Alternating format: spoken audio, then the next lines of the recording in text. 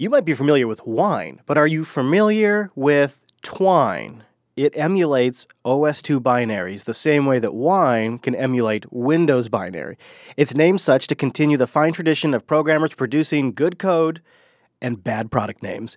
And it comes from the one, the only, Ryan C. Gordon, a.k.a. Iculus, so you know it actually might be a bit legitimate. He just posted this to his patrons on his Patreon page. And, Wes, good news. They've got Unreal Tournament. Oh, boy! Of all the things, right? That's what it goes with. But he's pretty fired up about it.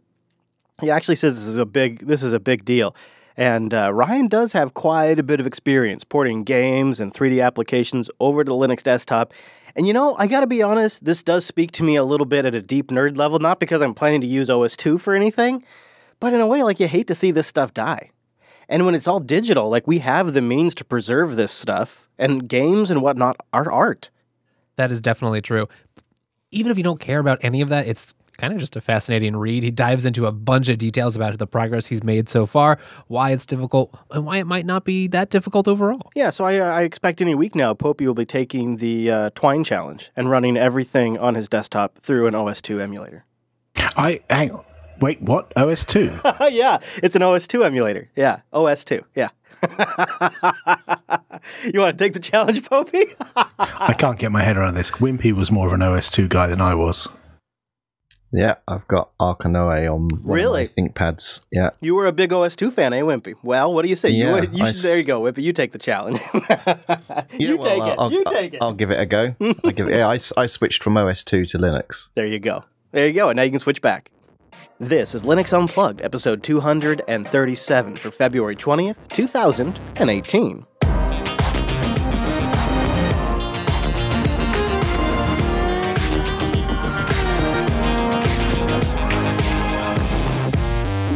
Oh, welcome to Linux Unplugged, your weekly Linux talk show this week that's so packed with goodness. Well, we're going to give you an extra side. My name is Chris. My name is Wes. It's going to be a side of announcement. We'll tell you more about that in just a little bit. But first, this week, we'll cover some community news. The good folks over at KDE just got a surprise donation from the Pineapple Fund. We'll tell you about that. Our friends over at Canonical want to know a little bit more about how your computer's set up. So we'll talk directly to the horse's mouth about that. I do love the horse's mouth. I always think of Mr. Ed. That's right. With the peanut butter. Mm-hmm. Oh, so tasty. And then later on, our good friends over at Elementary OS and System76 working on Pop! OS are doing something that I think a lot of you are going to agree with.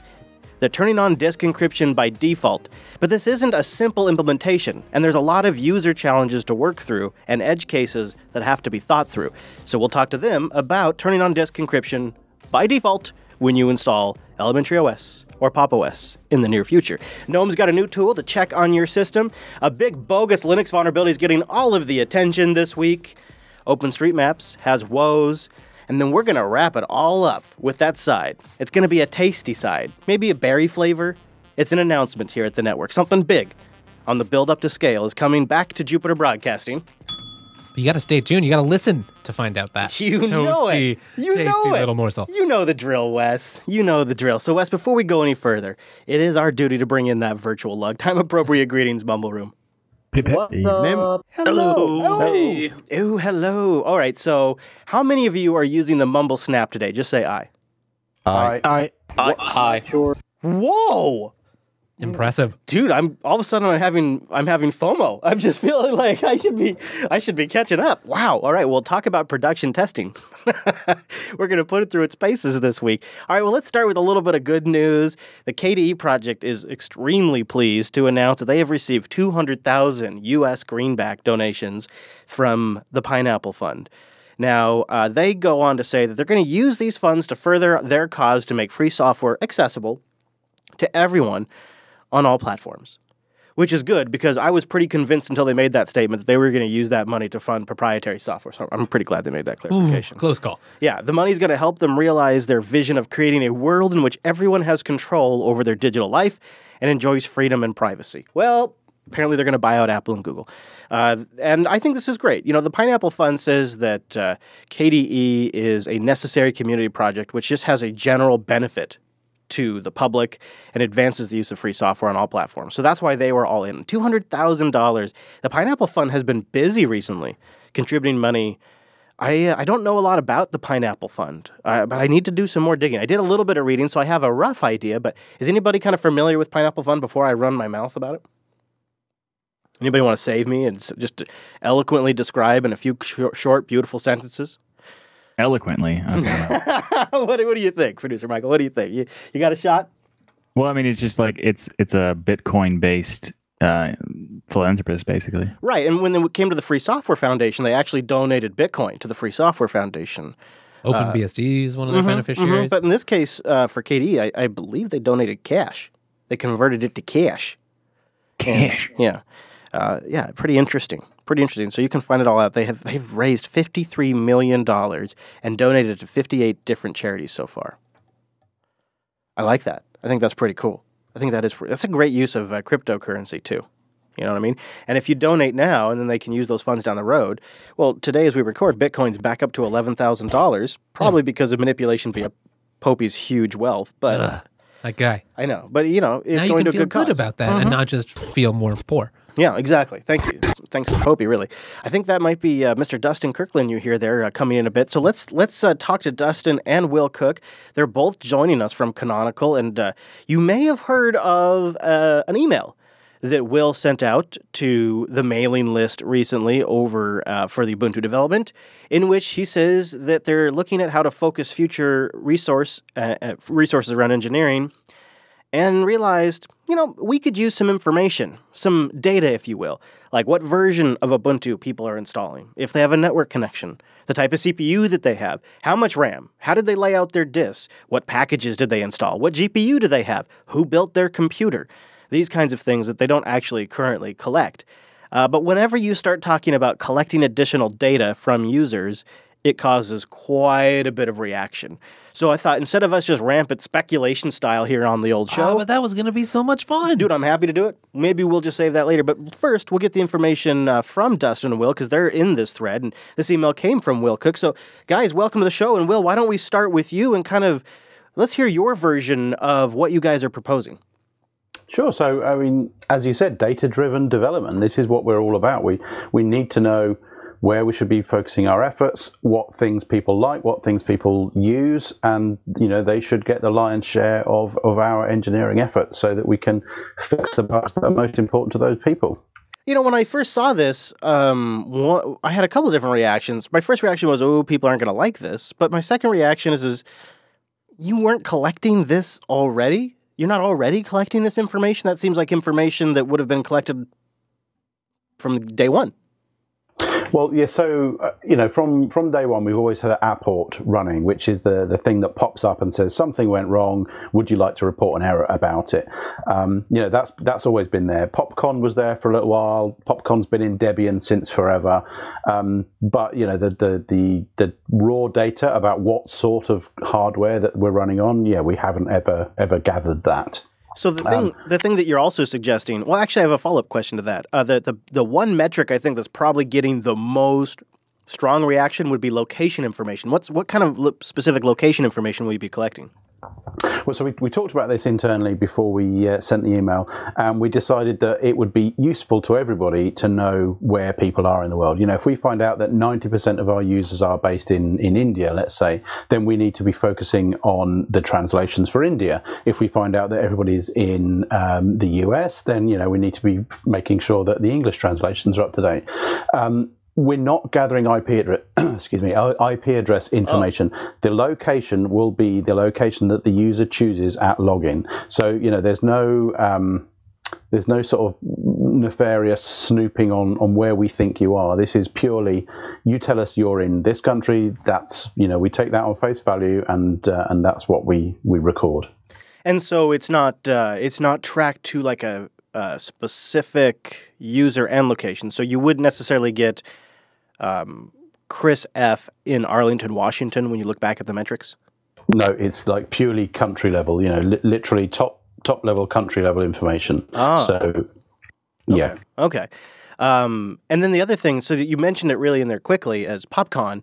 PopCon is a tool, if I'm correct, that's sort of monitoring the user's packages that they install to give you guys over at Canonical an aggregate overview of the most popular packages. The idea there, I suppose, would be, well, if we have an idea of what the most popular packages are, then we know where to dedicate patch time, backporting time, resource development time, integration time. Is that what PopCon's about? Exactly, yeah, and you know, we have the archives, and people hit the archives in order to get packages.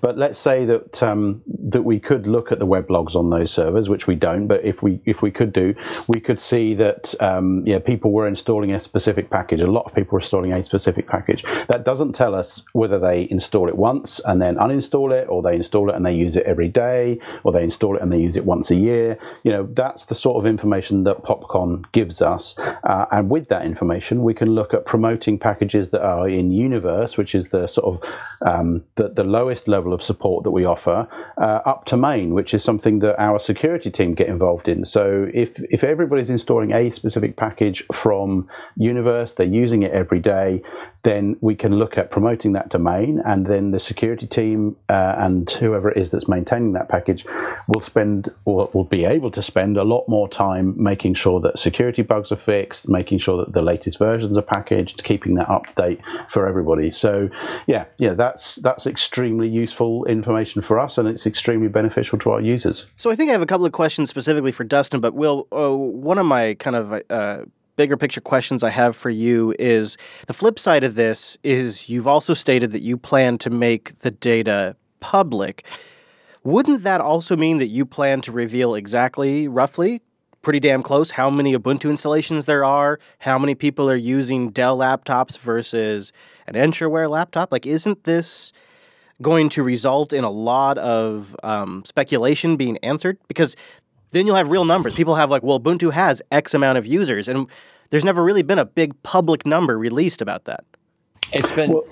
Well, I'll jump in here, Sure. actually, at this point. Yeah, I think that's exactly right. And everything that we've put out so far has been our best guess, interpolation on roughly how many users have downloaded the ISO from the Ubuntu.com mirror, not the mirror run by your local university, because, you know, obviously we can't count package updates or ISO downloads from mirrors, for instance.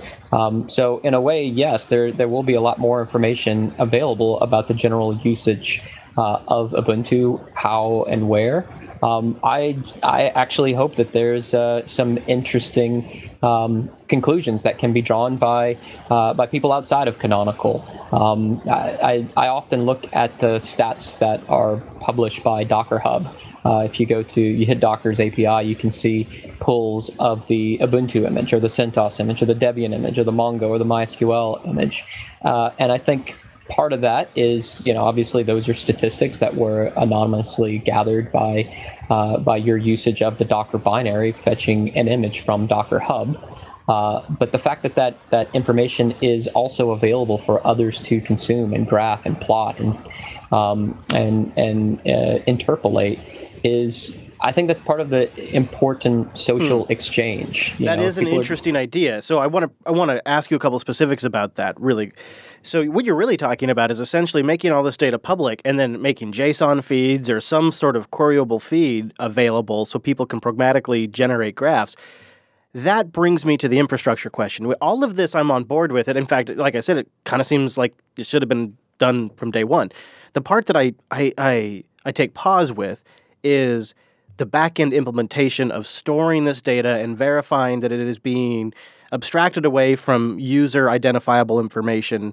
How is that being put together? Because it seems like we're late in the 1804 game right now for that to be built, but I'm only looking at it from the outside. Sure. So that backend infrastructure is not yet implemented. In fact, right now we've put this out on the Ubuntu Devel list. We'll post it to the Ubuntu Devel list, which is where we discuss proposals such as this. Even if we started transmitting that information and just sent it to a dev null, nothing to catch it just yet. That would be okay. In that eventually we'll have that infrastructure in place and set up. Of course, we're based in in Europe and have lots of users in Europe, and everybody knows the GDPR requirements come into play this year. And so Canonical as a company, as a business, we're under the regulation of the EU, and we're taking this very seriously. So there should be every bit of confidence here that this data will be dealt with as anonymously as possible, and not just because we feel that we owe that to the free and open source community, but also because it's EU law, frankly, at this point. Yeah. Okay. I mean that. Yeah. I completely forgot about the new rules coming into place, and that does make sense. So my question then, I guess I go from that to, and I'm not sure if this is maybe a Will question or a Dustin question, but let's assume, this all gets worked out, stuff gets built in, the option in the installer is there where people can uncheck it. How does it affect distributions that are based on Ubuntu, that are maybe using the Ubiquity installer? Sure. So I will throw a spotlight on that first point. This will be as easy to disable on any machine as clicking one box to uncheck. And that disables all diagnostic information. So what we'll describe, there's basically three sets of information. One is a set of pretty generic statistics about a machine: how many disks, how many network cards, what sort of CPU. What that enables us to do is to ensure that the Ubuntu experience is optimized for the sort of moving target of what does the system hardware that Ubuntu is running on generally look like? Where are the outliers? Where's the sort of center of gravity? That bit of information is more or less a one-shot. Here's right. the hardware profile. Can we underscore that for a second? Because that was something Sure. that wasn't totally clear to me, but because the way it's sort of worded in the email to the mailing list is, it sort of sounds like, when I think of user collection metrics, I think of Windows 10 telemetry, and I think of almost constantly sending, as I use my computer, sending back information. But with the exception of package installations, it's essentially a one-shot data collection. Is that accurate? That's right. So where this all come from was we were looking at the Ubuntu installer, and we were debating as to whether some of the installation options made sense anymore. Does anyone?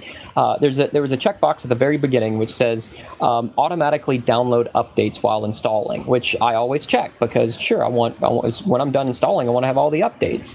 And so I asked the team, hey, do people check that box or not? I'm curious, can we just get rid of that box and automatically download updates while installing? And as it turns out, we don't know. We don't know how many people check the box that says install the MP3. Yes, I want MP3s to work on my Ubuntu machine. We actually don't know how many people, how many people opt to encrypt their hard disk. I'm really keen to hear from the Elementary OS guys about their disk encryption plans. It's sort of, a place where I geek out about. We didn't actually know. And at that point, we started looking at just the installer and being able to know what does the average Ubuntu user select as their base set of installation options. Are there some options we could just get rid of because they just don't make sense anymore? And in doing so, we combine that effort with another set of questions we had around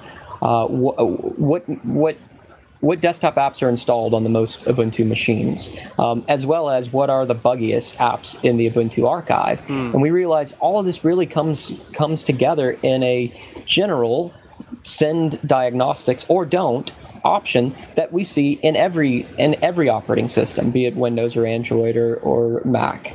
We'd like to do that tastefully, and we will do that tastefully. And I think the fact that we're offering to share that information publicly hopefully makes it valuable to the average Ubuntu user. The average Ubuntu user will see a better Ubuntu experience. Sure. I mean, that just seems like it's just clearly gives you a better path to follow when you can see, oh, look at everybody's uninstalling Thunderbird. It's just Thunderbird's getting removed from almost every system.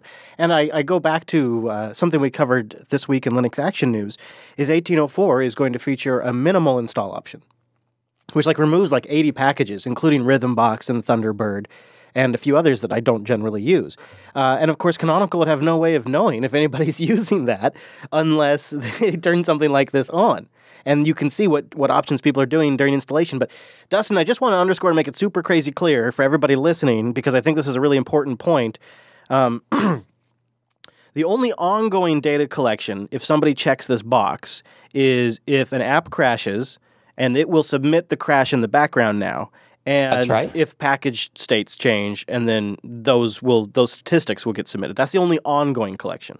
That's right. So when a package crashes, Apport catches that crash and would send Canonical a crash report. And Will can talk about how we've used that, how that has helped identify some pretty major breakages in Ubuntu, and we've been able to stave that off early. People who enable the propose repository will start catching those packages if you have propose, and then we cannot roll out that buggy fix to the masses of millions of Ubuntu users. Yeah. So yes, that would be ongoing. The other one would be a periodic, and I don't know what the period is. I don't know if it's daily or weekly, but think on the order of daily or weekly anonymous submission of the packages installed on the system. So that's PopCon. PopCon is what we're going to use, which has been in Debian for ages. We've been using PopCon, but we suspect that the number of users who go out of their way to enable PopCon on Ubuntu is probably less than 5%. Oh, yeah. And so it's not very representative. And you know who does enable it? Geeks like you and me. Yeah. Probably not the Ubuntu user at large who's never heard of PopCon. So our statistical bias there is quite high. So what do you know? Vim and Emacs are super high on the PopCon statistics list. Meanwhile, VLC is relatively low. Who would have thought? Yeah. So, to your point about using that data to catch stuff, Will, is that sort of to Will here? Is that sort of Dustin being polite and saying this one of the reasons why we're not shipping Wayland in 1804 is because of this data we've collected with the app crashes? Yeah, absolutely. If you go to errors.ubuntu.com, then you can see the sort of crash reports that we're getting in there. And, at the top of that list are the buggiest applications. And that is what we look at every day. And those are the bugs that we focus our efforts on. So, yeah, absolutely. This is invaluable information for our team. Look at that big, huge neat jump right there. Oh, Wayland. That's great. Yeah, errors. I don't think I've ever actually looked at the graph there at errors.ubuntu.com. That is pretty cool. So what's next? This is exactly... Go ahead, Dustin. Errors.ubuntu.com is exactly the sort of information that we make public, that we collect and we make public. And I think this is, we're not hiding what we're doing with this information. We're trying to make Ubuntu better by studying graphs like this. So this is obviously pretty important to get into 1804 because that's the next big one that people are going to be using for 5 years. So what's the next functional step? You guys are collecting feedback. Do you start actually building out the code on the client side? Do you start looking at mocking up ways for users to possibly disable this after install? Yeah, the mockups are public. In that same thread that Will started on Ubuntu Devel, Canonical's lead UI UX designer, Matthew Paul Thomas, replied with a publicly visible Google Doc, which is the design doc for the overall Ubuntu installer. It's 40 or 50 pages long, but if you Control F, search in there for diagnostics, you'll land somewhere in the middle of that document, and you can see the rough mock-ups from our UI UX team as to what the wording will look like, where it will fit into the flow of installing Ubuntu, and how it's enabled and disabled. So I guess I have one piece of advice, if I could for a moment, if I could be so brave, is make it clear that if there's some way to keep it short but make it clear that it's not this crazy ongoing metric collection. I think that's what people are worried about. But the question, I guess, that I think of from an end user perspective is, so say I go buy a Dell Sputnik XPS 13. I would assume that Dell is probably going to turn this on by default, and I don't go through that installation process as an OEM customer. What is going to be my opt-out option in that scenario, and how likely is that feature to ship? Will, you want to talk a little bit about how this will be enabled, disabled after the fact in the System Center? Sure. So, you go to the GNOME Control Center, GNOME Settings, and in there there's a privacy tab or option down the left-hand side, and in there are all of the usual privacy stuff which exists today, and there will be some extra ones in there.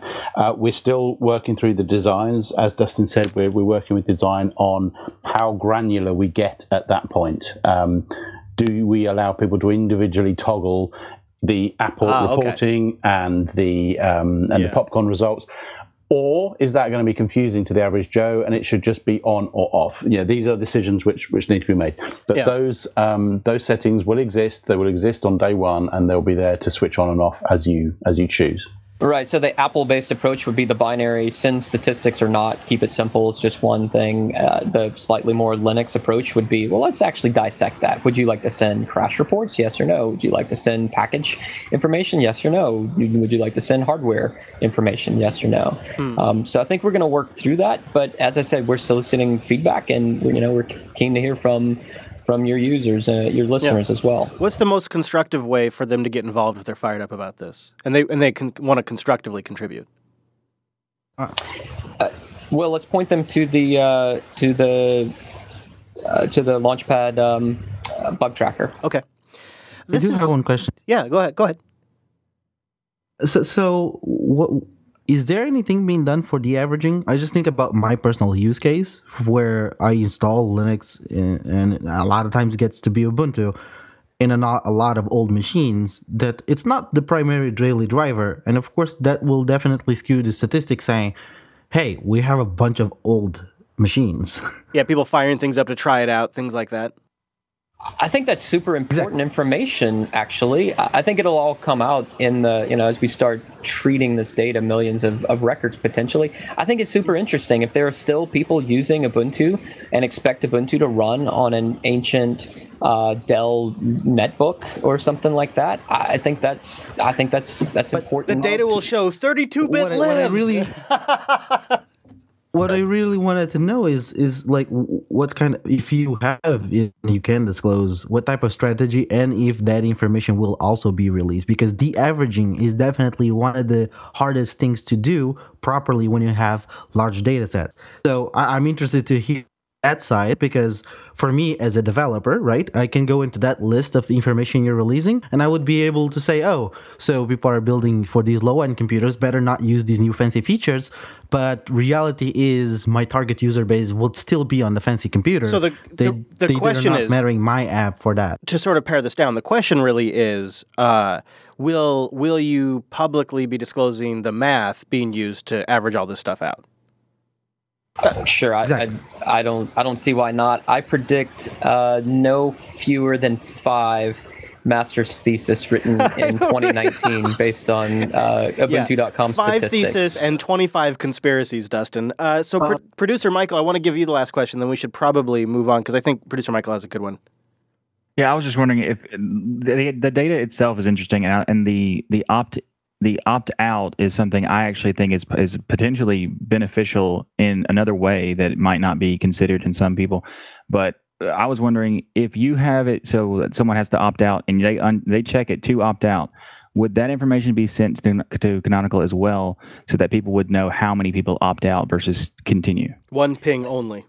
Yeah, that's the proposal right now, that there's one ping that says opt out or statistics equals false. Once again, we throw away the IP address and the location information, but the simple ping of this user declined is important in understanding the statistical validity and the statistical power of and those are statistics terms of the data set. Actually, if you don't know how big the data set is, the data is only so useful.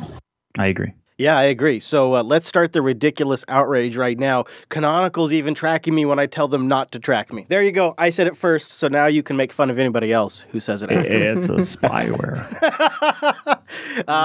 Guys, this is all fascinating. I'm really curious to see where this goes. Is there any other points you wanted to get out there before we move on to some of our other news? I'm just curious, how much would this impact to trying to get more OEMs to try to deploy Ubuntu on their machines as an option? Will we know until we see the data? That's really the thing. Potentially, it has a lot of potential because that they actually would have data. Right. Yeah. I've been around Canonical for over 10 years now, and in the early days, it was trying to convince Dell and Lenovo and others to take a chance on this crazy open source Linux distribution at a time when Windows and Mac sort of dominated the market. There was no Chrome OS, there was no Android, and it was super difficult to show the size of the free and open source community. I think if nothing else, even non-Ubuntu users hopefully can understand and appreciate that this sort of information will help all open source projects make their case that, hey, we do deserve, the open source community, do deserve a seat at the table at any OEM, ODM discussion, and hardware enablement, from your latest Bluetooth and Wi-Fi and graphics adapter just working out of the box with Linux. All of that has to happen upstream. Someone has to pay for that development. Some product manager somewhere has to make the case that there's enough Ubuntu, there's enough Linux users out there to make this justified. Exactly. Yeah. Yeah, that could be a huge contribution if you think about it. That could really be a massive amount of data, because one of the things that seems to be definitely true just from an observational standpoint is nothing puts the stress on a project like Ubuntu shipping it by default. Once it starts, you can have, with all respect to the projects like Fedora and others that will ship Wayland and ship the GNOME desktop for years and do a really good job at getting that shipping, but there's nothing like Ubuntu shipping something by default, because it puts a whole nother category of stress on something. And it's way more eyes, it's way more different flavors of users, it's a totally different world. And so if we could start to, as the community, get data from this huge distribution, massively beneficial, even if you're not using Ubuntu. And the fact that you guys are going to make it clear and easy to uncheck the box, I can't find anything to be super upset about this. And I would love to. I love me a good rant. That'd be a great story. Yeah. It sounds pretty solid. So guys, thanks for coming on here, Will and Dustin. I really appreciate hearing it from you directly. Thank you very much. And I'll be keeping an eye on how this all goes. We'll see what goes, where things develop. What do you think, Wes?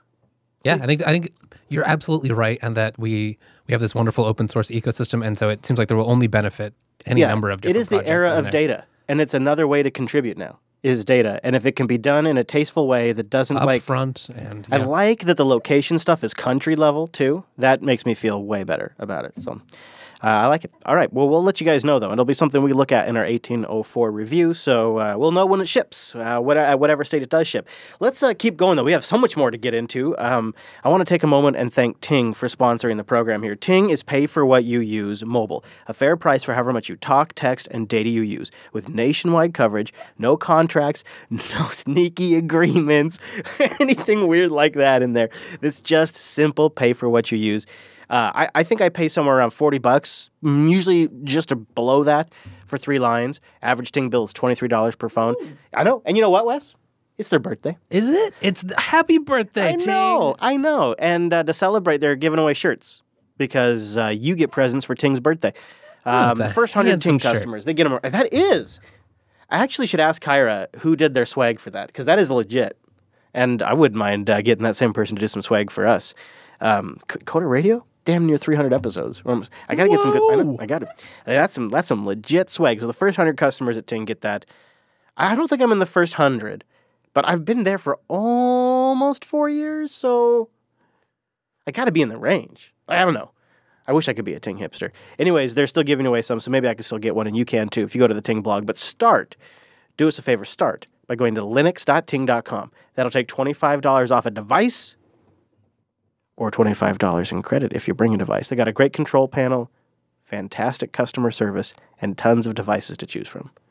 And really the best customer support ever. Linux.ting.com.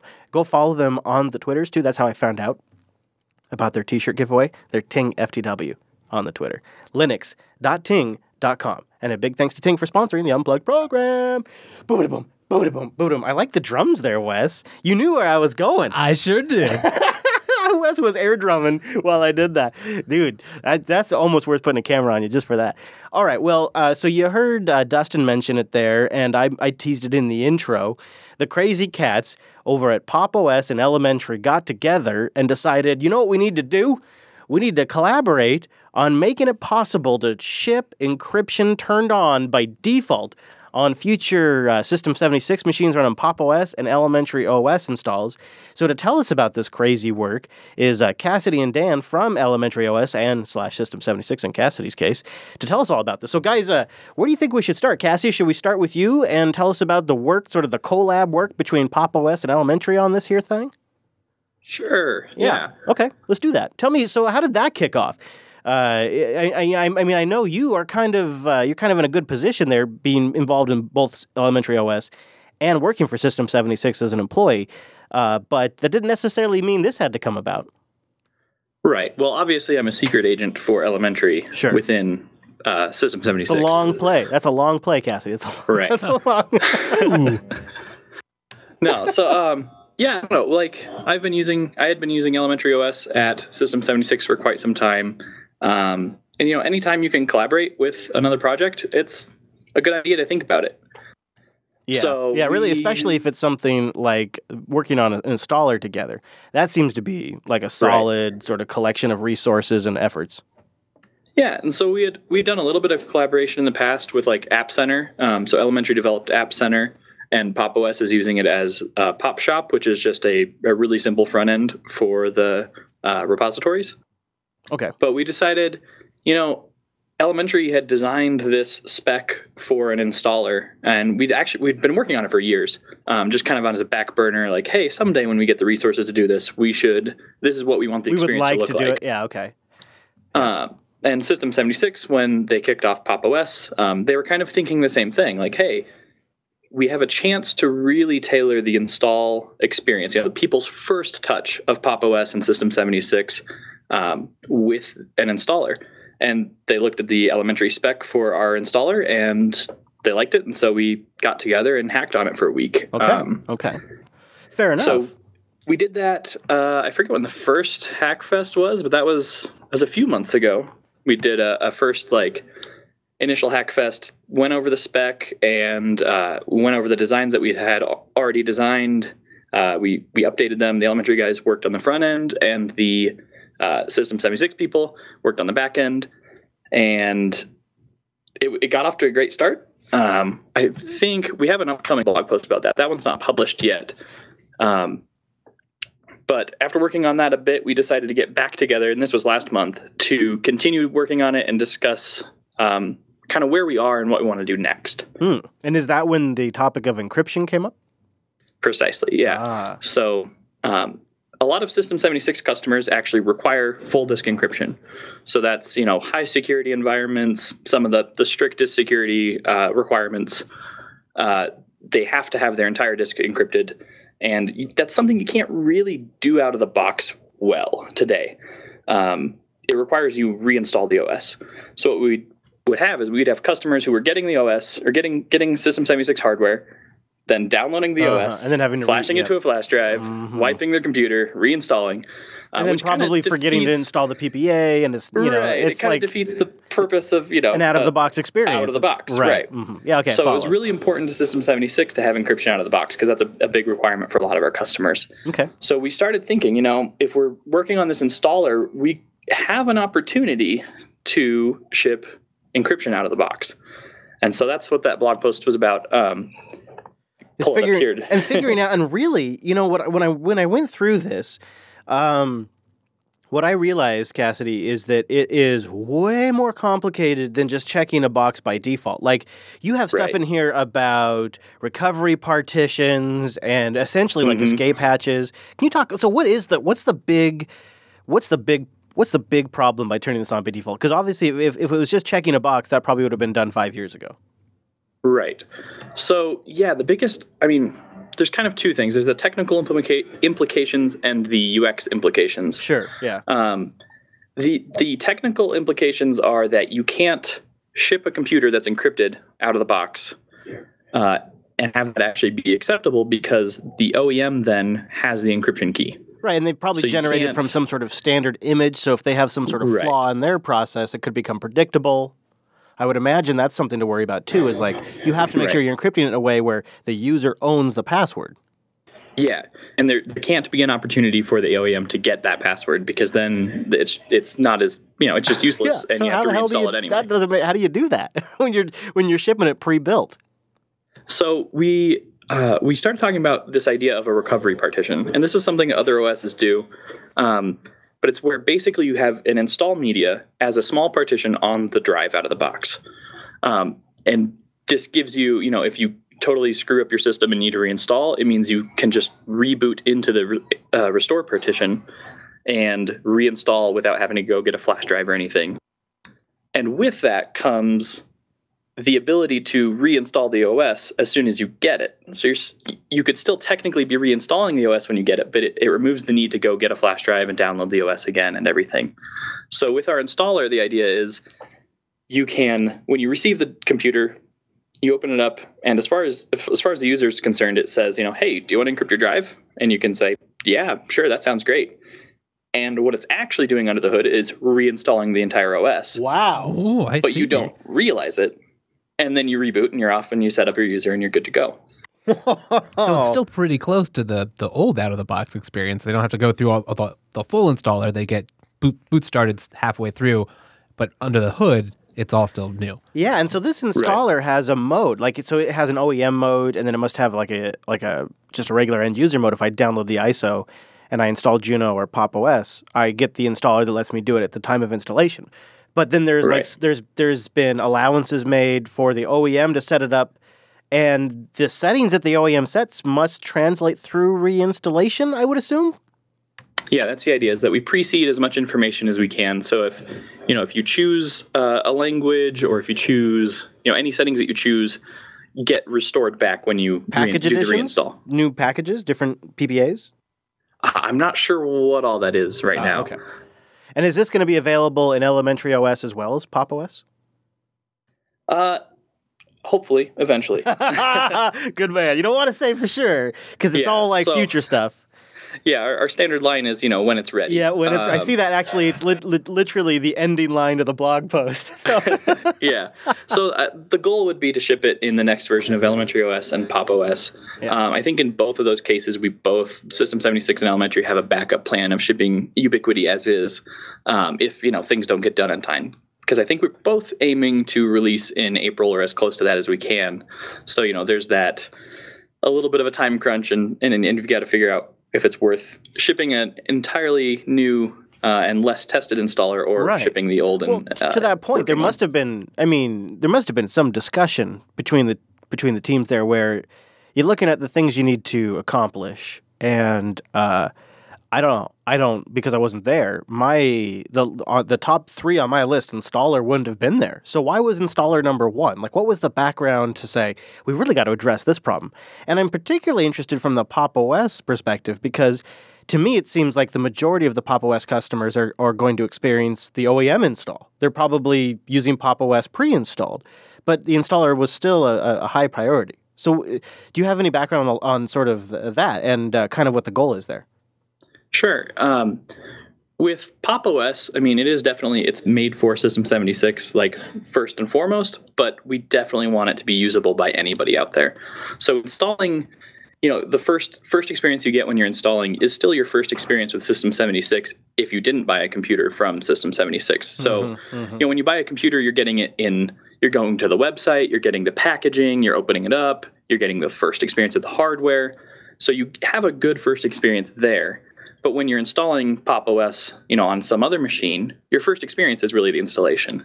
So we wanted to make sure that no matter how you experience System76, it's a good first experience. Sure. And if I go through that and I go, damn, that was pretty smooth, I might think, I wonder what else they do that's smooth like that. Right. It's the whole interaction is important. Yeah. And then even with the OEM installer, or even with the OEM installation, when you get it, you still do go through that first setup right out of the box. So you're still actually going through part of the installer process, especially with the full disk encryption. That was really important, that you would actually have to go through an installer process. It can't be a user setup if you're going to fully encrypt the disk. So encryption by default, I think everybody in our audience is going to be pretty on board with that. I heard from Noah that sometimes folks have issues when they're updating NVIDIA binary drivers and whatnot. Mm-hmm. Did you run into those issues and have to sort of test through that?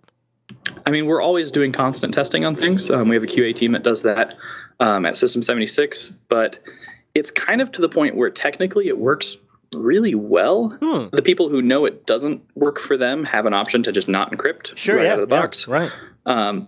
But I think, pushing it by default, it's secure by default. That's protecting user data by default is what you should be doing in today's day and age. So I think it's important to get it out there by default. And that also helps, add a whole lot more testing in after we obviously test it at System76. That also adds a lot of testing out there in the real world if it's shipping by default. Yeah, and when you think about it, laptops are becoming more and more the primary machine for a lot of people doing work, and so that's really where the use case is, to encrypt your data. Maybe if you have a desktop that's 75 pounds and sitting on your home office, I don't know. But for a laptop, you're always working on your laptop. And especially, I can imagine, many clients, that's absolutely many standards required. And good on you guys. I think people are going to really like this. And it's pretty cool to see the collaboration there, too. It seems like a natural fit. I'm waiting for the day when I can buy a System76 machine in the currency of my choice with Elementary OS pre-installed. It's going to happen. It's going to happen. Of course, the currency of choice. We'll see. We'll see. It's always changing. But good stuff, guys. I'm glad to see it. Dustin here. I just want to add kudos to the Elementary OS guys. That's fantastic. I've spent a lot of my career working on disk encryption and encryption in Ubuntu, and I applaud you for the work and development that you've done here. I think it's fantastic. Yeah. Thank you. Yeah, I agree. Awesome. And it's going to be great to get more end users banging on this for everybody. That's the thing. Plus, as Linux users, we love to talk about how secure our operating system is, but a lot of times it's far behind unless you know what you're doing. So this is a great step in that direction. And you know what else? The takeaway story is, the big story is, the 1804 installer and distros that are based on 1804 and their installers are about to get a lot more interesting in this next release cycle. There's new things that coming.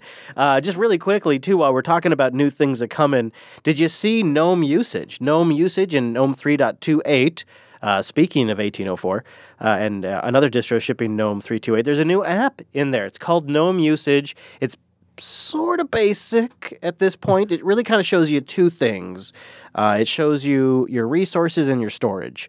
And that's... What else is there? That's kind of it. And it's current. It's real time, like what's happening right now. It's not like historical.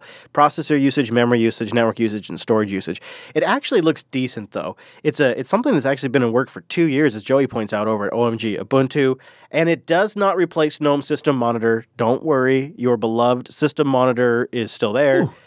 In fact, it's getting a couple of new features, including improved support for dark themes in GNOME 3.28. So there you go. Even though I'm recording this on a Plasma desktop, still giving you some GNOME updates, right? Hey, we can do that here. We may have done the Plasma Challenge and found it to be, well, all of us except for Popey. Rumor has it Popey moved off like betrayal, like some sort of vagabond. Shut your filthy mouth. No, I didn't. Oh, really? Oh, no, I'm still using KDE Neon like a champ. It's great. In fact, I haven't even rebooted since I installed it. No kidding. I actually wouldn't have either, but we had a power outage over the weekend here at the studio. So a couple of my KDE machines did have to reboot. Okay. All right. Well, there you go. The rumors before the show were false. Yeah, there's been some false gossip. Wow. I don't know if we've ever had I don't know if we've ever had a challenge stick like this before. You know, I'll say this too. The other day, I had my machine up for a while, and I went to go resize some windows, and it was still fast. It sounds like a small thing, but it's all it takes to make me happy is that the fact that I can resize windows and it's not super responsive slow. To the last. It's, you know what? It has been, and I really like it. Well, there you go. A little update there, and some new toys coming to the GNOME desktop in 3.28. Lots of goodies coming down just a couple of weeks away, actually. I was going to say coming down the river. Yeah, this sounds like the future, but it's like it's basically tomorrow. It's like a few episodes out. Boy, we have so much to get to. I'm excited already. You know what else is just a few episodes out is Scale. Scale's coming up really soon, too. And then shortly after that is Linux Fest. Oh! Where will we find the time? You sure you don't want to jump on Lady Jupes and just come down to Scale, Wes? I mean, I'll put out the couch for you. Now that is very tempting. You know what? Take a little road trip in Lady Jupes. There's nothing like traveling in Jupes down to California. I'll tell you what. And, you know, you keep Levi company. I was going to say, if there's Levi involved. All right, well, before we get into the rest of the community news, including that bogus Linux vulnerability, OpenStreetMap woes, and my big announcement, let's talk about DigitalOcean. Simplicity at scale. It's a platform you can spin up infrastructure on in seconds. Everything is SSD-based, and they just recently revamped the pricing.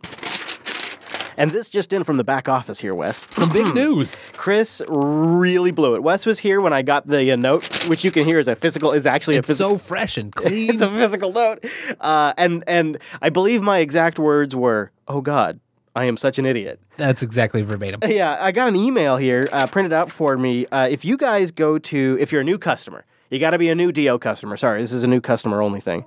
If you go to do.co/unplugged, for 60 days, you can get a $100 credit at DigitalOcean. What? Yeah, I usually say a $10 credit. They upped it a little bit because they've just recently rolled out a whole bunch of new features. They've made their pricing even more competitive, and they have new flexible droplets. At $15 a month, you can mix and match resources, the most appropriate for your application. They have their big memory and CPU optimized droplets, and of course, my favorite, the 3 cents an hour all the droplets got better. If you've been listening to this show for a while and you built a machine on DigitalOcean, go upgrade it. You just have to shut it down, do the upgrade thing. And the reason why you have to shut it down is because they'll even re-expand your file system.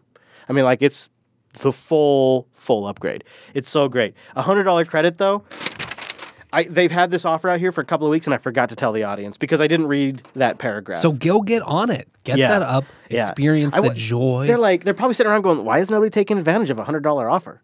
We don't do that very often. Ever. So, yeah, I'm just an idiot. Anyway, so you go to do.co/unplugged. You get the $100 credit, and you can try out something over there for whatever you want. I mean, go build splurge. Enjoy yourself. You want to build a GitLab? You want to go build a Nextcloud instance? You want to try out something? Just do it. DigitalOcean.com. And they also have a ton of really good documentation. You hear us mention the Arch Wiki all the time. I would say only number 2 to the Arch Wiki. The only number 2 to Arch Wiki these days is DigitalOcean's documentation, only because they're paying people to contribute, and so it's good quality stuff, and it's really well structured, and they have like a style guide and all that stuff, and it makes it really easy to read and follow. And that's just one of the perks of being a DigitalOcean customer. That's why Docker and Slack and Jupyter Broadcasting and many others are DigitalOcean customers. DigitalOcean.com. Go use our promo code DOUnplugged or do.co/unplugged. And hopefully you still have time, because it was a limited time offer, and I forgot to tell you guys for a couple weeks because I speed read. You know how sometimes I mispronounce stuff? Yeah, it affects all things of life, including giving you a $100 offer. I apologize. Go to do.co/unplugged and get a $100 DigitalOcean credit. I can't even believe I'm saying those words out loud. A $100 DigitalOcean credit. I wish I was a new customer, except then I wouldn't have been enjoying DigitalOcean. You got multiple email addresses. Come on. All right, so let's just really quickly talk about this bogus Linux vulnerability. It's got Stephen J. Van Hoff Nicholas really fired up, and it takes a lot to get him fired up these days. So GoSecure, a company that's trying to make a name for itself, has claimed to discovered Chaos, a stolen backdoor rising again. That's their title for it. It's a pretty good name, actually. Here's sort of the dirty secret of this horrible vulnerability called Chaos that GoSecure has discovered. It just simply brute forces an SSH login. So you just basically get compromised if you have a bad password. If you got a good password, it's not taking advantage of any zero-day exploits. It's not using some sort of side channel timing attack to read the memory and parse together your password. It's just simply using a password database. Or just use keys. Yeah, I know, right? It's just in from 2006. Way before. Once your system's already been spread wide open because you used a bad password, then things tend to go wrong. It opens up TCP port 8338, which is accepting raw socket connections. and then once it has a bad password and it gets on there, I should mention, it can only open up port 8338, by the way, if it has root access, because it's Linux, which means you also have a weak root password. So if you have a weak user password and a weak root password, then it can get on there and cause some problems. And it's called Chaos, and it's getting a lot of print this week. So if you hear people talking about a new Linux vulnerability called Chaos, don't worry. Just make sure you have a good password or use keys like I suggest password 123. Just set that as root, enable root login over SSH. You'll be fine. All right, I don't want to get too down about this, but I actually kind of want the Mumble Room's take on this, because it seems like it's a problem for anything that wants to take on Google or Apple or what Amazon or Microsoft is doing. And I'm talking about OpenStreetMaps. It's a pretty great product, and I really like the way it displays information. I kind of prefer, like, when I'm looking at certain areas, I was checking out Pasadena recently trying to figure out if I could park Lady Jupes anywhere down there. And I just found the labeling system better and more accurate. Not accurate. I don't know, like it's more useful, but it's missing data that it would be nice to have in certain it's got some data that other things don't have, but then it's missing a bunch of okay, thank you. And so a former contributor wrote up an article about some of the problems that he sees with OpenStreetMap, and he's a big fan of OpenStreetMap, so this isn't like a takedown piece. It's him being concerned about it. And he talks about unclear usage policies, about how they sort of discourage the use of the free map, but then if you ask for it, they'll let you, but then if you use more than 5% of their bandwidth, they'll shut it down. They really want you to use their data to generate your own map. And then there's things in the back end, like the geocoder that figures out different areas and helps you search is really bad and it's way out of date. It expects very clear syntax, like an exact address, and you can't say things like bagel places downtown Seattle. And then the killer one is there's no moderation or review model, which, as you could probably imagine for something like OpenStreetMap, that could be difficult. Yeah, introduces a lot of problems throughout the entire system, including vandalism, bot abuse, all sorts of things. And then, of course, getting the data is hard. It almost, when you read this, it feels like that the author tries to wrap it up on a positive note and says, these are all warning signs, and if we take immediate action, maybe we can save the day. He calls them roadblocks. Boy, when I read this, I read this as OpenStreetMaps is screwed. It seems impossible this day and age. The data that you need, the proprietary information, the fact that once you build something like this, people come and vandalize it. Can open source do this? Is this just something that open source can't do? You know, how do we do imaging? How do we do Earth imaging? Well, go ahead, Wimpy. Wasn't Wimpy? Whoever it was, go ahead. So OpenStreetMap has been around for a long time. I remember interviewing someone from the project many years ago on the Ubuntu podcast when we had little mapping parties because there were just great swathes of emptiness around our towns and cities in the UK. And they were talking about maybe by the end of the year we'll have all of the UK mapped. And there were entire continents that hadn't been mapped yet.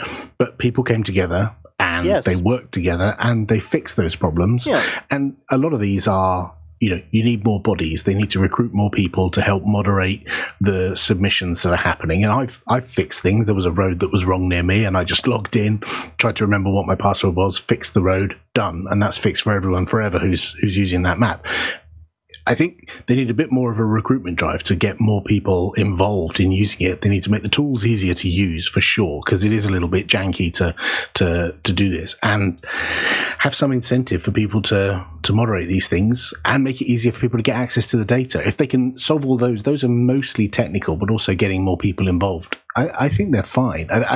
I'm more a glass half full, and I know you're quite a glass half empty kind of guy. Wow. But I think this is solvable. All of this is solvable. I certainly hope so. I tend to think that more bodies on the problem is only a part of the issue. I think some of this is like technology. Because you think about it, it's a data issue. And the more Google's at a point now where they have millions of Android devices that are using Google Maps, constantly setting real-time feedback to Google Maps. Like, how do you ever come close to anything like that? You know what I mean? Like, so some part of it's like they talk about their geocoder in here is sort of out of date. And I guess you could somehow, maybe somebody could donate a new geocoder. Maybe Nokia could come along or something like that. I think that makes it very... my takeaway from a lot of this is that they need to be clear about what they're trying to do and not do, because it can be hard, right? Yeah. Like they can't, maybe that's something they can't do, but they can still be really valuable as an open database for all these things, even if it's not going to be Gmaps level interface. I mean, technically they can just use Google Maps data anyway, because Google doesn't own the concept of the data that they collect data around, usage, that stuff is they own, but they can't own the map itself. So They don't provide access to the data, so the OpenStreetMap guys can't just like poke at Google and get the data out, and they would get cease and desist, because some of the data isn't theirs anyway. It's licensed from third parties. But other people have tried to do in the same way that Android devices crowd source the lot of the location and traffic data and so on. Other people have tried this. Mozilla tried this. They had a thing that was baked into Firefox OS, and actually you could optionally, I think it was called Mozilla Stumbler, you could install on your phone and just leave it running in the background, and it would just constantly send updates about where Wi-Fi access points were and try and locate where you were. So, they could put all these dots on the map and show where roads are and all that kind of stuff. It's possible, but you need a critical mass of people who are going to do it. And obviously, Google, with a critical mass of billions of devices, are already way out ahead. I wonder if it isn't a bit of this. And they also do one thing. Go ahead. I don't know of any voluntary organization or anybody else doing. They actually go to governments and ask for maps, because governments have dense maps infrastructure, detailed, just the data set governments need for defense. They have it. All right, fair enough. It's usually public. But hopefully, I think that overall, if it's not going to help as much in the terms of maps, but in other things, the new GDPR ruling actually goes and says that you as a citizen or as a customer have the right to ask for the data that is about you. So that essentially could make it easier to compete by you having the ability to export all of your data and import in a second service. To Dan's point, like the hours that places are busy, if you could even get 1,000 users to export their hours when they go to stores and import that would be useful. If you could even just get a small fraction. You just have to be able to get that enabled, but, enough, because they've got it by default, so... Yeah. I still, though, feels a bit like the Spotify problem in that Spotify is attempting to monetize music streaming when Google, Apple, and Amazon can just do music streaming as part of their overall offering. And if it costs them to do music streaming, it doesn't matter because they're selling you the block-in to the platform. And I wonder if that is the same with maps. It is so expensive and it requires so much overhead to keep good competitive maps that perhaps it's the vendors that have a platform incentive to have mapping, like Google, Apple, etc., that will be the best at it. And I hate to say this, but maybe it's just not our bag. Go ahead, JJ. So I would say, like, for those who don't want to be dependent on Google services, such as those who root and ROM their devices, they would probably see more incentive into seeing these open map platforms. Yes. And also, but is that enough? Is that enough, JJ? Is that enough? Because I'll give you an example. I would like to have an OpenStreetMap that I could go to where I could get really good, like super specific information about cellular signal, so I knew where I could go to get really good data signal. I would like to know where cops often hang out at, so I could mark that on a map. That's something I think that would be extremely useful. And just for me personally, I'd also like to know where I could park for 24 hours without getting towed. And I'd like to mark that up on a map. And I don't think Google is ever going to do any of that. I mean, you're partially describing Waze there. But, which is owned by Google now. Yeah, but still, but there's still demand for those who want to be free from Google services, such as yourself trying to go away from Google Photos. So, yeah, I mean, there are plenty of people who've built things on top of OpenStreetMap, like building. Whether it's making access to data about, like you say, where's parking. There are people who've built cycle maps. There are people who've built canal maps in the UK, so you know where all the canals are. And it wouldn't take a lot for someone to, build on top. But as you've mentioned, it's difficult getting access to that map data without like rebuilding all the tiles yourself, or licensing their API. That is a difficult problem. So I have a question. Yeah, go ahead. Would you guys be willing to pay a bounty per se, right? So you would introduce into the platform a bounty that says, I would like these such region to be mapped, and this bounty coverage a few kilometers, whatever, right? And ultimately, then there's people that could attempt to actually map out that thing by trying to get the winning of that bounty. And that's that a should, fascinating idea. That is a And really... so long as you have the moderation to prevent abuse of people just going out and wandering outside their house for 10 minutes or strapping a phone to a dog and letting it loose in a field. What you do is you build an AR game, right? yeah, exactly. I kind of have the sense that maybe I should try to reach out to some folks at the OpenStreetMap project and get their take on this too, because this is Sergey's take, right? And so I'd like to get their take and see where they stand. So if time allows, or if anybody out there has a connection, let me know on Telegram or Twitter. I'd be more than happy to chat with somebody from the project and get their take on it and see where they're going with this. Because, like Popey was saying, there is so many great, just esoteric uses that people have built on top of OpenStreetMaps. It is worth it just for that to continue. I mean, I have my crazy reasons, but there's also really good reasons like biking and hiking and others. So I would love to talk to somebody there, because this is one of those projects where if there was anything I could do, I'd pay a bounty. If there was anything I could do, if I could run an app on my Android phone while I drive Lady Jupes around the country to help improve their maps, I'd be more than happy to do it. So if you have anybody out there, if you're a listener to this show and you know anybody out there that maybe I should talk to, I'd love it if you could help make the connection. Because, geez, if I don't like the way, if I just don't prefer the way they render the maps, I just prefer reading OpenStreetMaps than I do Google Maps. Not that there's really anything super wrong with Google Maps, I just prefer the way they look. They do look really nice. Yeah, I like them too. So, you hate to see something like that fade away. And it makes you wonder, like, what other things? Like, what if one day we all got off our arses and decided we wanted to have an open source music streaming service? Could we do it? Impossible. What if we wanted to have, like, a peer-to-peer video streaming service to take on YouTube? Could we do it? I'm not convinced we could pull it off. But OpenStreetMap is one of those things where we already have a beachhead. There's a bunch of data plugged in there. We already have momentum. So if there's anything we could do as a community to come together, not lose that. Yeah, let's keep it going. Let's keep that rolling. And I'd love to talk to somebody over there about that. linuxacademy.com/unplugged. Go there to sign up for a free 7-day trial and support this here show. It's everything you need to learn more about Linux. When I was first starting in IT, because IT is like dog years. I don't know if you thought about this, but I was recently thinking it's kind of like dog years. Like 10 years in IT is like 25 years in the banking field. And one of the things that's so crazy about, because I'm just past my mid-30s now, so it's not like I'm super old, but it is nuts to my face. It's it is nuts to my face that when I first got into IT, the way we would look stuff up, and I'm 100% honest with you here, is about once a month, a couple of us from the department would get together in somebody's car, and we'd go out to lunch, and then after lunch, when we're full and may or may not have had a beer in us, we would go to the bookstore, and we would buy a book, a couple of books each, and then we would bring these books back, and we would stack them on the shelf, and we would never use them. Unless we were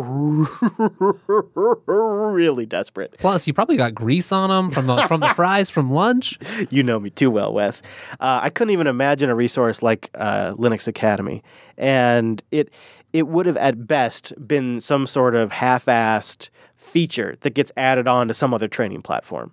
So, you somewhere for corporate training or learning about Active Directory management or how to fix your sync, and then they would have thrown on a few Linux courses.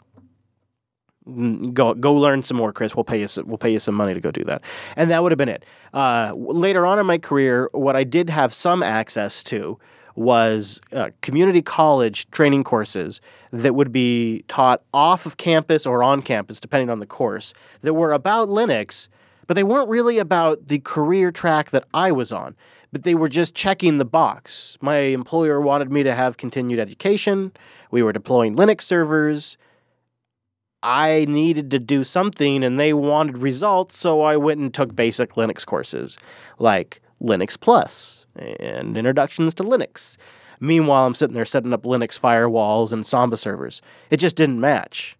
That's where Linux Academy completely changes the game. linuxacademy.com/unplugged. You sign up for a free 7-day trial. It's everything you need to learn about any category of Linux, from the basics all the way up to the high-level stuff like Azure, AWS, OpenStack, all of that. They have courses that are also created specifically to help you get certifications if that's the route you want to go. They have self-paced, in-depth video courses, and they have virtual labs they spin up on demand. And if you ever get stuck, they have a real human being that can help you. It's completely different than anything that I saw many years ago. And it's the kind of tool that's come along now. Now that Linux has enjoyed some success in the marketplace, somebody had to come along and create this. And I'm so thankful it's Linux Academy, because it's created by Linux enthusiasts, educators, and developers that came together to build the Linux Academy platform. And you can try it out 7 days for free at linuxacademy.com/unplugged. linuxacademy.com/unplugged. So, I'm going to get into an announcement here, but I just wanted to do an informal poll with the Mumble Room. If we were going to make a decision today, guys, would you say go back to IRC or stick with Discord? This isn't related to my announcement at all, but it's something we were talking about, Wes and I, in the pre-show. Now that Can I cast the first vote? Yeah, go ahead. I vote IRC. Go back to IRC. Yeah, and I think I can back that up pretty well. All right. Okay. Let's hear it. Let's hear it, Mr. Noel. What is it? So I think anytime you look at a community, you have to look at the lowest common denominator to which the community can centralize around. And I think in the Linux community, the open source world, Red Hat organizes their community on IRC. And sure, there are people that are organizing on Discord and Telegram. We've seen, when we go to these events, a lot of the Ubuntu people are organizing on Telegram. So certainly there are other platforms in use. But the lowest common denominator, the one thing that exists in basically every Linux company and every open source community, is IRC. And I think that there are some, from a production standpoint, we're tempted to play with some of the new toys because it looks better on screen. There's some more animation. But I think that direct community engagement is something that is so valuable, it's worth giving up anything potentially else just to have that. All right, so I agree with everything you said. I'll give you the counter argument. Discord is born in a mobile era. You can use Discord in your web browser. You can use Discord on a Windows box, Mac box, Linux box. You can use Discord on a phone. Discord is born of a Slack era where you have contextual rich chat with URL previews, image previews, emoticons, voice chat integrated. It's how IRC would be designed today if it had access to all of that feature set. I have all of that. Go ahead, Popey. Minus voice chat, I have everything you just said in IRC. I thought you would be the Discord guy. Are you serious IRC right now? sucks to set up on a phone. I was gonna send to you to defend Cloud, Discord. If you have the IRC Cloud app on your phone, it's in sync with the IRC Cloud app on your desktop. The only thing missing from the list that you just gave is voice chat. So what do you think? Do you think we should go back to IRC for Jupyter Broadcasting? I think you should use Slack. Oh, you. I would also just piggyback onto that and say that I would say that is there anyone that exists in the Discord? Is there anyone that's in that community that doesn't already set up an IRC system? Like, I think a lot of the people I see in the Discord, they're the same people that are in IRC, so they've already set that up. And yes, there is. I would agree with the gentleman who said that it's a little more difficult to set up on the phone. And I'm using Quassel, and that also is very simple to set up on the phone. Okay, I'd like to hear from Wimpy, just from and Rotten. Let's go, Wimpy, if you're available, just because you've been a longtime observer of JB, you've sat back, you have some distance from this. I'd kind of like to hear your thoughts if you're there. So I'm in the Discord and IRC, but I pay more attention to IRC because the IRC chat is easier to engage with than Discord chat. Whenever I go to Discord, there's pages and pages and pages of irrelevant stuff, and I can drop in and out of IRC. And as Popey says, I use IRC Cloud as well. So what I have on my desktop and my mobile phone is the same. If anyone tags me in any of the channels I'm subscribed to, I get notifications on my phone. All right. Okay. I can't argue with any of that either. Producer Michael, I wanted to give you... Oh, Wes, did you want to say something? I was just saying, does IRC Cloud have a free plan? I think so, yes. Okay. Yeah. I am also an IRC I would be curious for the Cloud opposite number. I like the comparison idea, but I wonder, too, how many people have set up IRC just for JB but already have Discord from other things. That is a great point. Okay, Producer Michael, I wanted to give you a chance, and then maybe I'll come back to you. They both have problems. Discord and IRC both have problems. I mitigate the problems with IRC in the same way, but not with IRC Cloud. I use Matrix and Riot.im. Oh, man. You fancy bear. Well, okay. you can use riot.am without actually setting up your own server as well. So you can just use the matrix.org stuff. So you're kind of in a roundabout way saying IRC, and if you want the fancy features, there's ways to get that.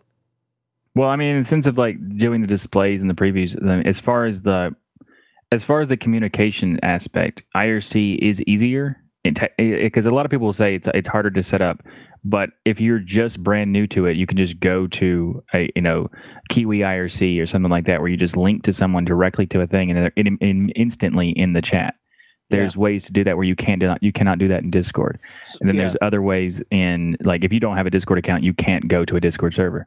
So there are aspects that, like, the only thing I would say is the previews and the log is not available directly in IRC. You'd have to do some way to mitigate that, such as like Matrix or IRC Cloud. Okay. I'm going somewhere with all of this. This isn't just looking at our navel gaze. Was that the same navel gaze in here? I am going somewhere with this. But Wimpy, I know you were jumping in there for a second, so I want to go back to you. No, Michael's touched on all of those points, really. I've got nothing extra to add, other than the fact I recently re-added the Jupiter Broadcasting channel to my IRC cloud configuration because I can't submit show title suggestions through Discord. Right. Yeah. So I'm gonna. You know what I'll do is I'll put a poll out there. It's embedded in the show notes if you want to vote, because there's lots of people that can't make it live that have a position on this that maybe sometimes that could vote. What brought this up was the discussion that I was having behind the scenes with Wes just today about, hey, what if for a hot moment we wanted to see if we could dynamically generate a live stream video feed on a droplet. What I mean by that, instead of using OBS here in the studio to capture the chat room, we had a droplet that was headless, that was monitoring a chat room and generating a video feed and streaming that to Scale Engine. So I could just connect in with an audio feed from wherever I'm at, and the droplet would actually generate the chat room and the lower third and all of that.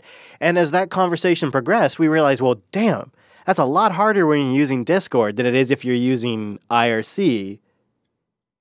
And especially when it just comes down to stupid things like we have disparate rooms in Discord for the different shows, which is nice because then it's very focused. But at the same time, like, how do you pragmatically plan for that? Like, how do you switch rooms and capture just that? And what if the Discord API changes? And what kind of information can we get versus an IRC room where everything's just in one room and it's text, which is a lot easier to work with server side. And so then I thought, well, before we go kill ourselves, like, what is the interest here? Right now, there's only been 19 votes by the live stream. If you want to vote, strawpoll.me/15115496. Be heard. 68% are voting to go back to IRC and I wouldn't shut down Discord, but we for the live stream focus, what's up on the live stream? What do we switch back to? How does that play into how title stuff is generated? Is IRC primary more there? Yeah, I think so. I think it would mean everything goes back to primary being an IRC. Okay. I don't care either way. I just want to do whatever folks are happy with. Although, could we experiment with Matrix?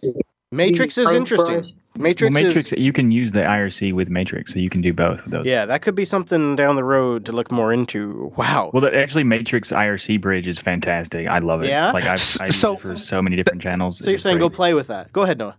No, that's interesting that this comes up. This is one of the things, and I was kind of dragging my feet on it because I know. Heard some. Oh, I know. It's partially your fault, actually. Well, I heard some rumblings about this, and so I was like, just hold out for a little bit and just see what happens. But yeah, we were talking about, because one of the things that Matrix allows you to do, and again, this is where I think there's a discussion to be had about software licenses, right? Because it's open source, it means that I looked at my team here at Altispeed and I was like, hey, could we do some of these more competitive things from a production standpoint and tie them in? They're like, dude, you don't have no idea how easy that would be if we did it with Matrix and we could have these apps and this, that, and all sorts of crazy things were coming up. And so I'd be tempted, if you guys did decide to dig into that, I'd dig into it with you and handle some of the heavy lifting, because I know how much you love dealing with the minutia of the projects, Chris. You do, yeah. Wes has got some great ideas too. We really all need to get together and do a little powwow. I completely agree. All right. Well, I've been using Matrix with IRC and Tergo's IRC for channel for years now. Huh.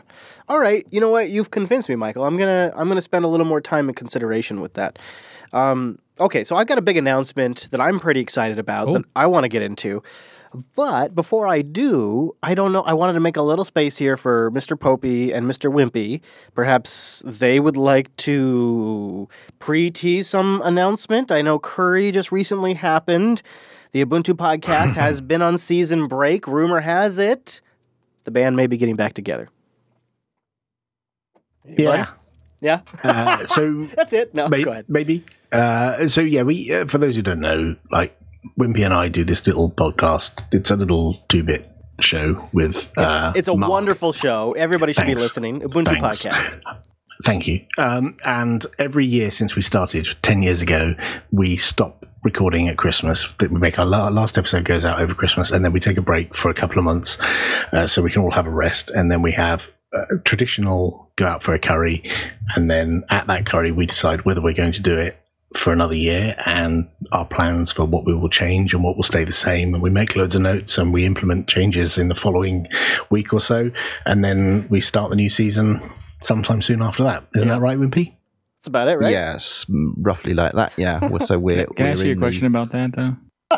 Okay. How many years have you done the show where after the curry you didn't return? But you never know.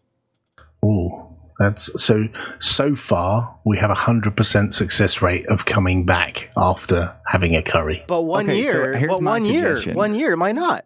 But I have a suggestion for you. How about at the last episode of recording, you just do it at the curry place and then go ahead and decide it right then. Adorable. Oh, we got to have a break. We get it's pretty intense. It's pretty hard work. You know. Can have a break. You can still make the decision and then take a break as well. Yeah, maybe. Doing one half-hour show. Listen, Also, producer Michael, you wouldn't understand this, but doing one half-hour show a week or recording 2 of them every 2 weeks is a huge amount of work. Also, you're suggesting we have curry at Christmas. Are you mad? Speaking of curry, I would all seasons. I was just going to say I'd like to lodge a complaint with my boss at Jupiter Broadcasting. Why is it we never have any sort of discussions around curry? Oh, I don't ever remember being invited to curry to discuss the next iteration of Ask Noah or LAS. I know, dude. It's not just this. There's another this and another. I am taking 2 lessons from the Ubuntu podcast, and I will be integrating them into the announcement that I have coming up in mere moments. Really. I'm taking lessons. I'm taking notes. But yeah, guys. It's good to know that we're so influential. I'm looking forward to it. But I do also want to give a mention to our buddies over at Late Night Linux, episode 31 of Late Night Linux. They had Todd, the CEO of Purism, on to talk about a lot of the questions that I raised on Linux Action News and that Joe's been wondering. And the guys over there just did a great job of asking Todd the questions, and Todd did a great job of answering them. So if you've been following the Librem 5, or if you've followed my journey with some of their stuff, I want to just totally give you a recommendation here. Go check out episode 31, a fantastic interview with the CEO of Purism about a lot of the things that have been on many of our minds. So that's episode 31 of Late Night Linux. Ubuntu podcast could be coming up, but I'm going to beat all of them with my new release. I'm very, very happy to announce the return of an old favorite to the Jupiter Broadcasting Network for a limited time. I'm doing something kind of different here, and I think it's going to be fun. It's just to the lead up and just a little bit after scale. For a limited time, I'm bringing back Tech Talk Today to the Jupiter Broadcasting Network, and you can go over to techtalk.today. Now, I know what you're thinking. Why Tech Talk Today? Why do Tech Talk Today when you could relaunch Plan B or come up with some other Linux-only show? It's a good question. You know, we put Tech Talk Today on hiatus in September of 2016 so we could launch User Air. And I thought, surely somebody will come along, like that Joe Resington asshole or Tom Merritt, and they'll launch another tech show. You know what? They're bastards, aren't they? Those bastards. You know. I sure do. They'll launch another tech show that finally gives a perspective that's outside the Silicon Valley bubble, that maybe even by some weird luck, somebody on the show has used open source software once in their life or knows that they're using open source software. Surely, by 2018, such a hero shall come along. And yet, no such Batman has arrived on the scene. And it's always really bothered me. I've gotten on the soapbox more than a few occasions about tech journalism on this show. There's lots of good tech shows. There really are. There's too many. There's too many tech shows. But they all have a really strong Silicon Valley bias. They typically can't see beyond the apps on their smartphone, to be honest with you, and it drives me crazy. And so looking at the near-term future of Jupiter Broadcasting, we definitely have a content problem. I'm going to be traveling to scale. We're going to have Linux Fest Northwest. And if things continue in the direction that they're going, I'll have more interviews at company like Microsoft and others that don't really fit into Linux Unplugged. They don't fit into LAN. They don't fit into Coder. So I'm going to launch a limited run of Tech Talk today. Something new, just one season. In fact, I'm doing seasons. That's one of the... Yeah, I'm stealing that from Ubuntu Podcast. Yoink. And they invented it, and I'm taking it. I'm doing seasons, and I'm going to do 10 episodes a season. So I'm just doing 10 episodes, and I really would like you to give it a listen because I'm going to use this as an opportunity to have a fun romp, really just... What did you call it? Self-referential tech coverage? What did you say earlier? It was almost like it could have been a tagline. Something you liked about Tech Talk today was the fact that it didn't take itself too seriously. Exactly. It's a good, fun show. I can't remember the words you used, but I should have written them down. And that's what our goal is. But We'll have some curry later, and we'll think about those. but because I'm doing a season, I'm going to have a bit of a story arc to it. You know, it's really going to be about getting my butt down to scale. And Noah and I specifically are going in with some things that we want to accomplish, some objectives ahead of time. And Like eating curry? Yeah, yes, absolutely. That'll be in there as well.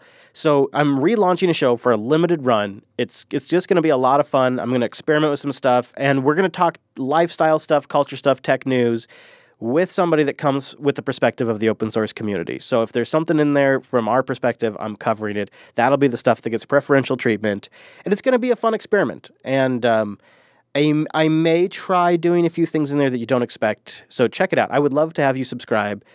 The raw dog RSS feed, plug it into whatever you want. Tech Talk today, or techtalk.today/RSS. techtalk.today/RSS.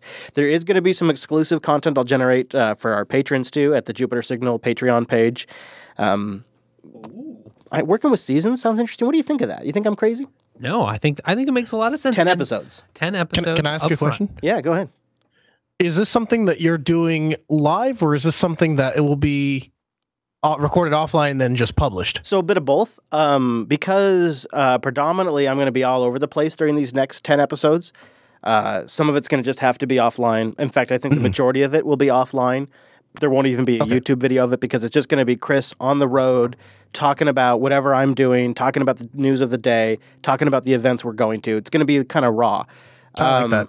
Yeah. I really like that. Yeah, I think that's going to be... It's like Tech Vlog today? Yeah, it's going to be kind of a little bit, actually. A little bit like Tech Vlog today. It's mostly drone reviews, let's be honest. Yeah. But honestly, I think there's also the perfect opportunity to then have like special live events. Because if we're not doing a live one all the time, like when we do a live one, and I'd like to at least do a couple a season, then that's kind of like a special event, and we'll make a special event out of it.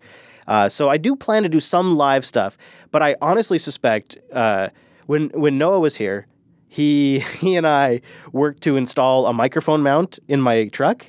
I expect I'll be doing a lot of the Tech Talk Todays from the passenger seat of my truck while I'm going to do something. I'm going somewhere. I'm on my way to scale. I'm going to an interview. I'm going to wake up in the morning. I'm going to look at the tech news. I'm going to think about stuff. I'm going to jump in the car. I'll either go park somewhere and do a show, or I'll have somebody else driving, and I'm going to sit down and I'm going to record an episode. Now, that's not to say it's going to sound like shit, because you guys know I'm not going to put something out that sounds like crap. So I'm going to also work on that. This will be another way for me behind the scenes to really kind of iron out the remote recording setup and whatnot, really get some of that stuff dialed in. I like that. Mm-hmm. And we'll be documenting the journey to scale and kind of what that's been like. So that'll be where some of the vlog element comes in. Some of the people I talk to, some of the events people we get to bump into will all be in there. So I think it's going to be a particular kind of new show at JB, even though it's an old show at the same time. Can I ask a question, Chris? Yes. Will you be changing the show artwork, or will you be keeping the thing where you've got the jacket and the shorts and your weird feet stance? I know, the feet do look weird. I was just looking at the feet, and I'm not quite sure what happened with the feet. I don't really know. Because, Wes, I mean, my feet's not that, it's not that weird. Totally normal. Normal foot. I mean, there's the extra things, but we don't have to get into that. Yeah, it's just webbing. So what I plan to do is implement a chest-up approach. The artwork, because it's the weird feet, right? Although then at the same time, I kind of like it. It's kind of like Noah's dick in his Altispeed logo. It's sort of you remember the weird feet, you know. So I learned from Noah, the savvy businessman that he is. You know what? People talk about we're having a conversation about Altispeed, and I didn't buy ad spot on on Linux Unplugged. That's right, exactly. But Popey, if you have any artwork that you want to mock up for me, I'm the last person to ask. Maybe we can make it just the feet. That might be what we need to do. There you go. Yeah, man. So scale. March 8th through the 11th. I know. I'm just excited about it. I'm curious to see where they go with this thing. You know, it's been going in a certain direction that I wasn't super into, and now they've righted the ship, and they seem to be sailing in a new direction. So I'm curious to go see that. But more importantly, it's like, well, where the hell are things going? Really, you got that crazy Canonical shipping Gnome. You got Elementary OS encrypting their drives. You got containers for days. You've got all these different interests that have kind of really established their places now. Where's all of this going? Especially just in the next, 10 months. Where's this all going for Linux and open source? And those are some of the things that I want to try to answer over the next few weeks on Tech Talk Today and on this show. And I believe that Noah and I will be on the same beat, so you'll hear more about it on Ask Noah as well. I think it's going to be really kind of a fun experiment, and the best part about it is only 10 episodes, right? Like, whew, it's just like, go for it, and then like, you know, get in, you get out. Yeah, like I've never done anything, I'm just going to do 10 of them, and then I'm going to go have curry. I think that's brilliant. What do you think, Noah? Is that crazy? I think there's one crucial part of that missing that you really like. So when you look at the way that you want to do that, I think the important thing is to get input from outside sources. And I think the best way to do that is to invite me along for the curry. Mm-hmm. But other than that, I think it's a good plan. Mm-hmm, mm-hmm. And maybe sometimes do a weekly show with our Mumble Room. Guys, thank you for making it. I really appreciate it. It was a good show with you. Stick around because the Ask Noah program's coming up if you didn't know. The Ask Noah show, just moments away, and you can hang out here and join him. Otherwise, join us live. We do this at 2 p.m. Pacific. The live show usually kicks off around 1:30, 1:45 Pacific, and all of that is converted to the proper time in your local area at jupiterbroadcasting.com/calendar, and find the Tech Talk Today program, the relaunch at techtalk.today, and it's techtalk.today/RSS for the feed. Give it a listen. Let me know what you think. We have some special stuff in the works, and I don't know. It's fun to bring back an old favorite. It's fun to bring back people. You know, people are still subscribed to that show. People are still downloading that show. It's still got a subreddit. Like, it needs to come back for even just a bit. Tech Talk yesterday. Tech Talk yesterday tomorrow at techtalk.today. Go check it out. And then find the calendar for the live shows, our contact page at jupiterbroadcasting.com, and we also have the subreddit, linuxunplugged.reddit.com. We got all the things. No excuse not to reach out. You got the Ask Noah show coming up, and you can come over here on the Tuesdays and just hang out for a nice old Linux meal. You get the Unplugged program, which is a really nice long live stream. Then you get the Ask Noah show. It's a good Tuesday afternoon. Yeah, we had a long-winded discussion that didn't really answer your questions. Just ask Noah about it. Just ask Noah. And then, once you're done listening to all this live stuff, go check out TechSnap.systems for Wes and I talking about system administration and network building woes, and the Ubuntu podcast as well. And go check out Tux Digital on YouTube because producer Michael is putting out stuff over there. All right. That concludes the plugs of this week's episode. We're out. You know, every now and then you got to get them out. Props. It's like a form of therapy. You just got to get it out. Thank you for joining us, guys. Hope you enjoyed the show. Go follow me. I'm at ChrisLAS on the Twitter. We'll be talking about some of our projects. The network's at Jupiter Signal. That guy right there, he's at Wes Payne. That's right. I like that. Damn. That's almost as good as Bacon, dude. So good. It might be. I would like to see Payne versus Bacon. See which one wins. Don't forget, speaking of voting, we have the poll in the show notes. Should we go back to IRC or stay on Discord for the live chat and the focus of the show? You decide. Let us know. You can vote. We'll see you right back here next Tuesday.